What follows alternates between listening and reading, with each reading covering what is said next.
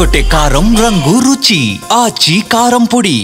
ఉత్కంఠ రేపిన జూబ్లీహిల్స్ బైపోల్ చాలా కాస్ట్లీ ఎన్నిక అని తెలుస్తుంది. డబ్బుల పంపిణీతో పాటు భారీగా బెట్టింగ్లు జరిగినట్లు ప్రచారం జరుగుతుంది.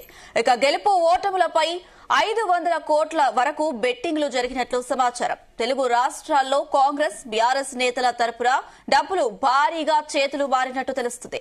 మరోవైపు డబ్బులు తీసుకుని ఓటు వేయని వారిని ఆ సొమ్ము తిరిగి ఇవ్వాలని నేతలు ఒత్తిడి చేస్తుండటంతో ఏం చేయాలో తెలియక ఓటర్లు తలలు పట్టుకుంటున్నారు.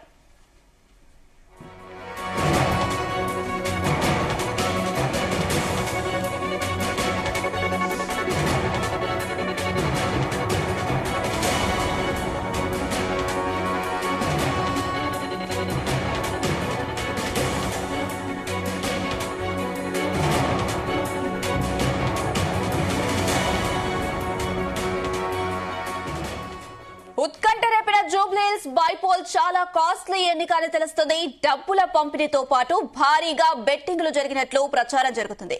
ఇక గెలుపు ఓటములపై 500 కోట్ల వరకు బెట్టింగ్లు జరిగినట్లు సమాచారం. తెలుగు రాష్ట్రాల్లో కాంగ్రెస్ బీఆర్ఎస్ నేతల తరపున డబ్బులు భారీగా చేతులు మారినట్టు తెలుస్తుంది. మరోవైపు డబ్బులు తీసుకుని ఓటు వేయని వారిని ఆ సొమ్ము తిరిగి ఇవ్వాలని నేతలు ఒత్తిడి చేస్తుండటంతో ఏం చేయాలో తెలియక ఓటర్లు తలలు పట్టుకుంటున్నారు. ఇక ఇదే అంశానికి సంబంధించి మరిన్ని అప్డేట్స్ మా ప్రతినిధి వినోద్ అందిస్తారు. వినోద్.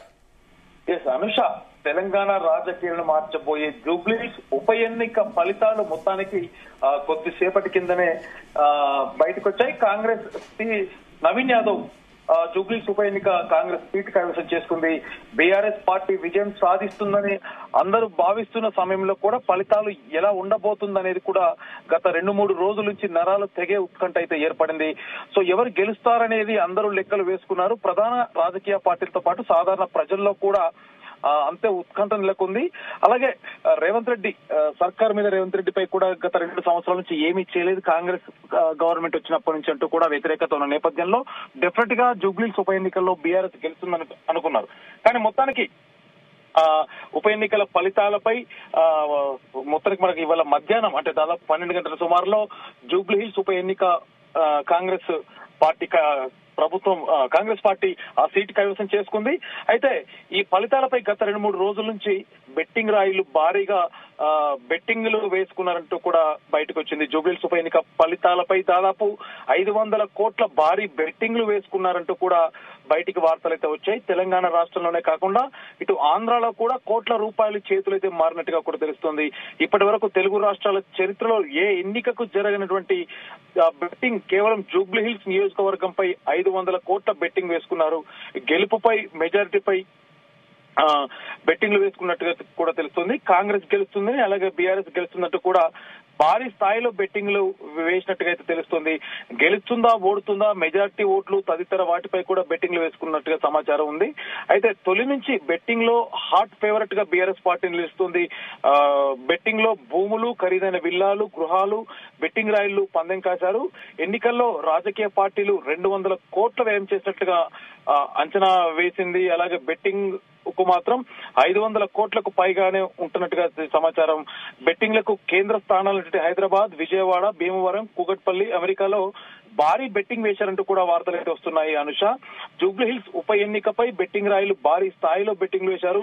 ఎగ్జిట్ పోల్స్ తర్వాత బీఆర్ఎస్ పార్టీ హాట్ ఫేవరెట్ గా మారింది. తొలి నుంచి మాగంటి సునీత విజయం పైన కూడా బెట్టింగ్లు బాగానే కొనసాగాయి. జూబ్లీహిల్స్ ఉప ఎన్నికను అన్ని ప్రధాన పార్టీలు ప్రతిష్టాత్మకంగా తీసుకున్నాయి. హోరాహోరీగా కూడా ప్రచారం చేశాయి. ఆయా పార్టీల్లోని హేమీలు ప్రచారంలో పాల్గొన్నారు. అలాగే ఇటు కాంగ్రెస్ పార్టీ నుంచి కూడా ఇటు సీఎం రేవంత్ రెడ్డి కూడా దాదాపు అన్ని డివిజన్లలో కూడా ప్రచారం చేశారు. జూబ్లీహిల్స్ ఉప ఎన్నిక ప్రచారం వ్యక్తిగత విమర్శలతో అయితే ఒక యుద్ధాన్ని తలపించారని చెప్పుకోవచ్చు. అనుష, హోరాహోరీగా ప్రచారం, పోలింగ్ మేనేజ్మెంట్ లో జరిగిన ఈ ఉప ఎన్నికల్లో తెలుగు రాష్ట్రాల చరిత్రలో ఇంత భారీ స్థాయిలో ఏ ఉప ఎన్నిక కూడా జరగలేదని కూడా తెలుస్తుంది. ఇటు కాంగ్రెస్ పార్టీ కూడా విజయంపై ధీమాతో ఉండగా తామే గెలుస్తామనే విశ్వాసంతో బీఆర్ఎస్ పార్టీ ఉంది. బీజేపీకి గౌరవప్రదమైనటువంటి ఓట్లు రాకపోతాయి అనే అంచనాలతో ఉంది. సో మొత్తానికి ఇవన్నిటి పరిణామాల మధ్యలో ఇవాళ రిజల్ట్ అంటే ఇవాళ కౌంటింగ్ కూడా అయిపోయింది, రిజల్ట్ కూడా రానే వచ్చింది.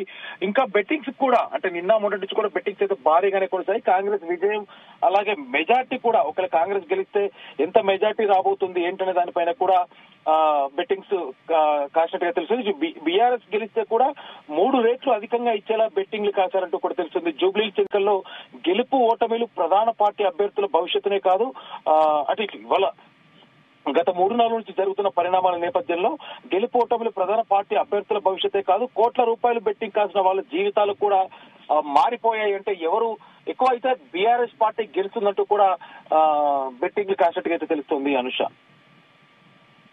అటు తెలుగు రాష్ట్రంలో కాంగ్రెస్ బీఆర్ఎస్ నేతల తరపున డబ్బులు భారీగా చేతులు మారినట్టుగా తెలుస్తుంది. మరోవైపు డబ్బులు తీసుకొని ఓటు వేయని వారిని ఆ సొమ్ము తిరిగి ఇవ్వాలని నేతలు ఒత్తిడి చేస్తున్నట్టుగా తెలుస్తుంది. దానికి సంబంధించిన అప్డేట్స్ ఏంటి?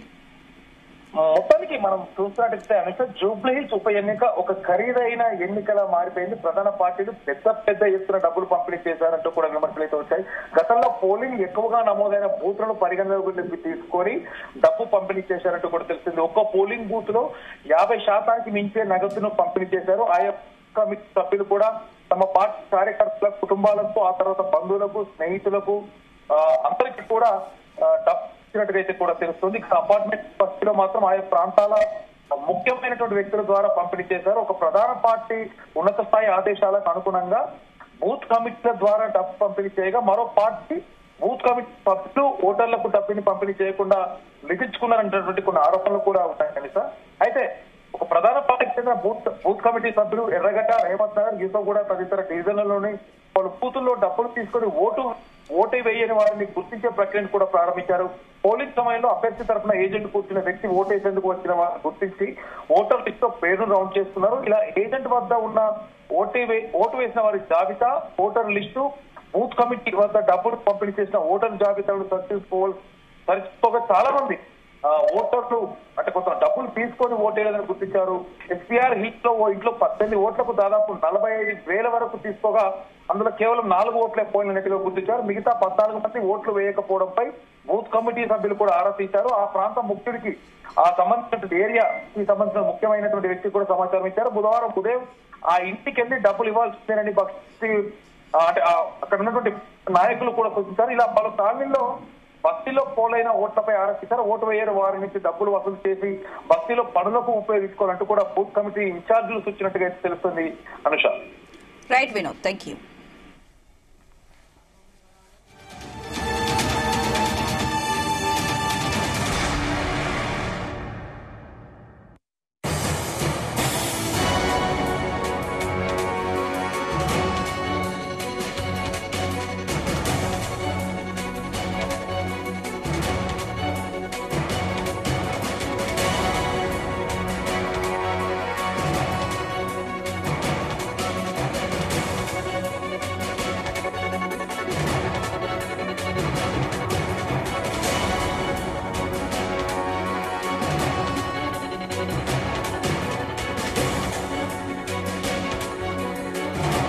గుమగుమల వంటలే తెరకొట్టే కారం రంగు రుచి ఆచి కారం పొడి.